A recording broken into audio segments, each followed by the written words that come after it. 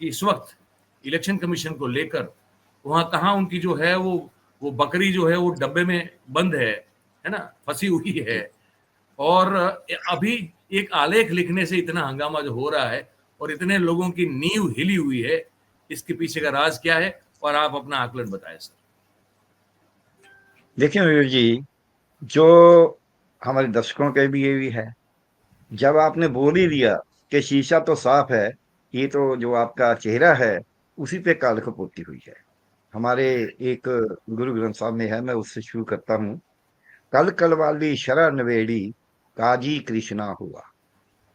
तो अपने आप ही रूट बना लिए, अपने आप ही फैसला कर दिया शरा में बैठ के कि हमने तो शरा में किया है। और फिर तो जो इंसाफ करने वाला है और इंसाफ है वो तो काला हो जाता है, जो आपने बताया है। शीशा भले ही साफ हो, आप देखना नहीं चाहते। और यहाँ ये हो रहा है। अब क्या हो रहा है, राहुल गांधी ने, आपने सही बोला, राहुल गांधी ने कोई नई बात नहीं की। नहीं। ये बातें पूरे इतनी देर से महाराष्ट्र के चुनाव के बारे में, इसके बावजूद हरियाणा के चुनाव के बारे में, दिल्ली के चुनाव के बारे में और लोकसभा के चुनाव के बारे में पहले से ही चल रही हैं।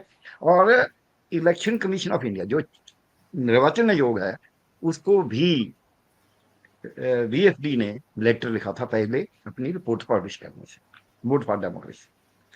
सो ये अब जो जो राहुल ने कहा, इसका तो इनके पास जवाब नहीं था। जो दिया है, मैं आता हूं कि कैसे वो गलत है, लेकिन उसमें तीन बातें हमें देखने वाली हैं। राहुल ने दो सवाल उठाए हैं। एक सवाल सीधा सरकार पे है, उसका ईसीआई से, निर्वाचन आयोग से सीधा कोई लेना देना नहीं है। एक सवाल सरकार, भक्त की और निर्वाचन आयोग दोनों पे है। बाकी सभी सवाल जितने उसने उठाए हैं राहुल गांधी ने अपने वो प्रलेख में, वो सब के सब चुनाव आयोग पे हैं। अब चुनाव आयोग उसका जवाब देने की बजाय एक जो उसका बेनिफिशियरी है, जिसका उसको फायदा हुआ है, वो कोशिश कर रहा है देने की कि मैंने तो कोई फायदा नहीं लिया, इसको तो बात ही नहीं करनी आती। अब वो बात करने में शुरू कैसे करता है, पहले हम वो दो तीन बातें ले लें। पहली बात, शुरू से वो कहता है, राहुल गांधी ने कहा कि इन्होंने चुनाव आयोग को जो नियुक्त करने का तरीका था अपॉइंटमेंट का, वो बदल दिया। तो ये बिल्कुल। बोलते हैं, देखिए ये तो एक का होता था, हमने तीन का किया, मोदी जी ने तीन का किया है। अब ये बताना छोड़ दिया, क्योंकि चेहरा काला है, कि मोदी जी ने नहीं किया। ये माननीय सुप्रीम कोर्ट ने किया कि तीन मेंबर होंगे बिल्कुल। अपॉइंटमेंट के लिए। और माननीय बिल्कुल। सुप्रीम कोर्ट ने कहा तीनों में एक प्राइम मिनिस्टर होंगे, एक लीडर ऑफ अपोजिशन होंगे और एक चीफ जस्टिस ऑफ इंडिया होंगे। जी। इन्होंने चीफ जस्टिस को निकाल के माननीय प्रधानमंत्री जी के नुमाइंदे को डाल दिया। अब काला कौन हुआ, ये अपने आप ही हमारे दर्शक जो हैं फैसला कर सकते हैं। दूसरी बात दूसरी बात जो उसने बोली कि नियम जो थे वो चेंज कर दिया, बदलाव कर दिया, उसमें अमेंडमेंट कर दिया। जब लोगों ने निर्वाचन आयोग से आंकड़ा मांगा, वीडियो मांगे, तो कोर्ट में ऑर्डर हो गई, तो इन्होंने 93-2 93-2 में बदलाव कर दिया कि हमने बदलाव, इलेक्ट्रॉनिक डेटा हाँ, देना बदलाव। ही नहीं है। अमेंडमेंट कर दी। अब निर्वाचन आयोग ने वो अमेंडमेंट मूव की होगी और सरकार ने वो पास की है। ये दोनों कटकड़े में है। इसके बारे में जो देवेंद्र फडणवीस जी हैं वो चुप है। क्यों? क्योंकि उनको मालूम है कि ये तो पूरे ही काला है, अब तो शीशे से भी काम नहीं चलेगा, धोने से भी काम नहीं चलेगा। इसके आगे वो क्या करते हैं, इसके आगे पहले जवाब देने की बजाय क्या लिखते हैं, मैं नक्सल एरिया में था, मैं वो हम्म। नक्सलाइटों को खत्म कर रहा हूं। हम्म। उनको तो खत्म करना जो गन वाले हैं, जिनके पास बंदूक है, उनको तो आसान है, क्योंकि उनको तो गोली मारनी है। लेकिन ये जो अर्बन नक्सल हैं, ये जो जो कानून का संविधान का खत्म करना चाहते हैं, इनको खत्म करना बहुत मुश्किल है, बड़े बड़े खतरनाक हैं। अब ये बात तीनों, कोई दर्शक समझ सकता है कि इसका क्या लेना देना है उससे कि कौन अर्बन नक्सल है, कौन नहीं है, राहुल गांधी है नहीं है, इसका तो कोई लेना देना नहीं, वो तो एक आंकड़े हैं।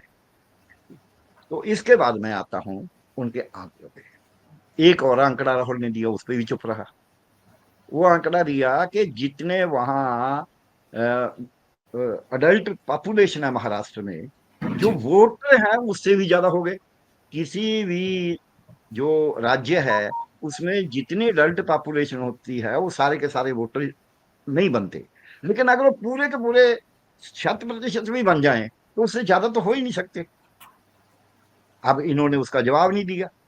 11.2 करोड़ की जो थी आबादी इसकी जो है अपना महाराष्ट्र की महाराष्ट्र। 2011 में, महाराष्ट्र की 2011 में वो 11.22 करोड़ कह लो, दो दो दो है। तो उसमें से 30% जो आबादी है वो 17 से कम है, 17 या 17 से कम है। जी 0 से 6 तक की जो आबादी है 1.33 करोड़ है, यानी कि 13.3 मिलियन, जिसको मिलियन में गिनता करना हो। तो उसको, उस आबादी को निकाल दें। अब जो अब की आबादी है 25 की, 24 की छोड़ो, 25 की आबादी 12.95 करोड़ का आंकलन है, क्योंकि मोदी जी ने सेंसस तो कराई नहीं। पहली दफा नहीं। है कि देश में सेंसस नहीं हुआ, और कोई कारण नहीं है ना होने का, केवल आंकड़ा लुकोने के लिए, ताकि वो शीशे में नजर ना आ जाए लोगों को, आंकड़ा शीशा ना दिखा पाए। सो उसमें 12.95 में अगर हम 30-25% भी लगा लें तो भी वो 3.5 करोड़ निकल जाता, 3.25 करोड़। अब वो बाकी इतने इलेक्टर कैसे आ गए? उसने 9.54 बोला, 9.54 ही बनते हैं। सो इस बात से भी वो जवाब नहीं दे रहे। अब जवाब क्या दे रहे हैं, मैं उस पर आता हूँ, कितना को वो ठीक है। अब वो बोलते हैं कि देखिए ये ऐसे कहते हैं, ऐसे कहते हैं। मैं पहले यही जा रहा हूँ, फिर बाद में जाऊँ कि ईसीआई ने क्या कहना था, जी बिल्कुल। ज्यादा। वो लोकसभा के आंकड़े बोलते हैं, जो जो आंकड़ा वो बोलते जाते हैं वो आंकड़ा गलत, सत्यों के खिलाफ बोल रहे हैं। और उसमें बोलने में उनको कोई जरा जिन्नी भी ये नहीं है कि मैं ऐसे यार क्यों बोल रहा हूं।